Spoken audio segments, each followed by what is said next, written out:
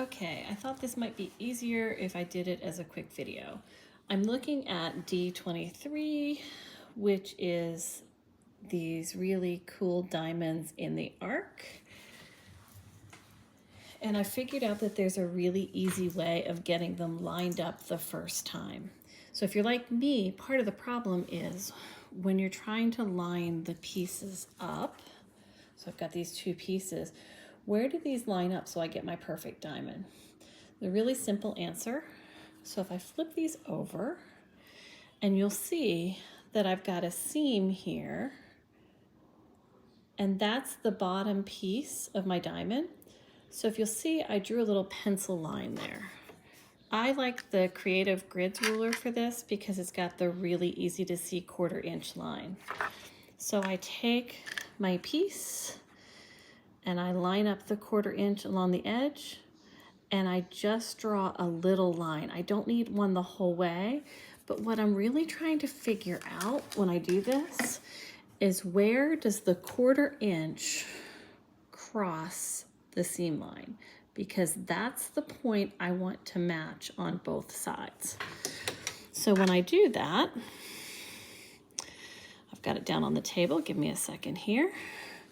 What I'll do is I will take my piece and I will drive a pin right through the 1/4 inch line.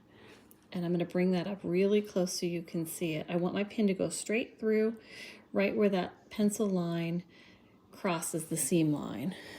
And then on the other side, again, I just want to make sure I'm putting it in the right place. There's nothing worse than creating a video here and showing you the wrong place. When I pick up the other side, I want to make sure that I take this pin that I've got in my hand and I want to put it straight through. And I'm going to go right at the seam line, and then I'm going to flip it over. Look at that. And check that it is right at the point. This is a hang pin. I got this from Julie Herman of Jaybird Quilts. She's really good. I've learned so much from her. So I take this and I want to make sure that this pin is horizontal. Okay, if I bent this pin and tried to use this pin to attach my two pieces together, it would slip and my sides would be aligned. So the top would slide this way and the bottom would slide down. I don't want that. So I'm going to leave this pin horizontal. I'm going to come down here just about a 1/2 inch, and I'm going to put a pin in here.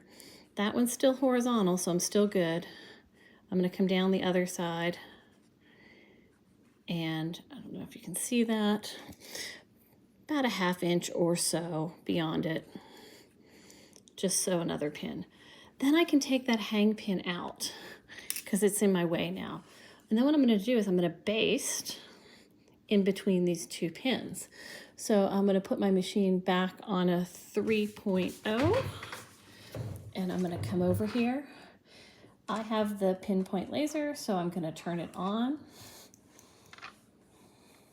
And it's super helpful that I can see. I can see with the laser that that's exactly where it's going to land.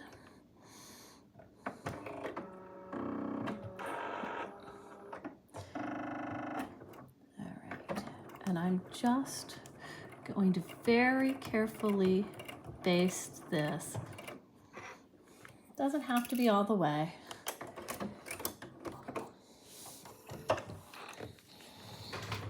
But when I open this up and you look, it'll be perfect. So now I can go back, I can change my stitch length to whatever my assembly length is. Mine happens to be a 1.8. I'm going to grab a little piece of paper over here so that my machine, in case it's feeling hungry, doesn't eat my piece. And then I can just come down here and sew, being really careful. I'm going to come right back down that 1/4 inch.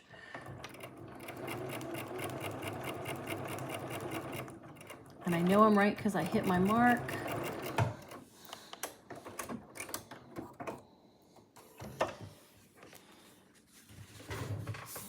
And there we have it. When I iron it out, it'll be perfect. So that's all you do.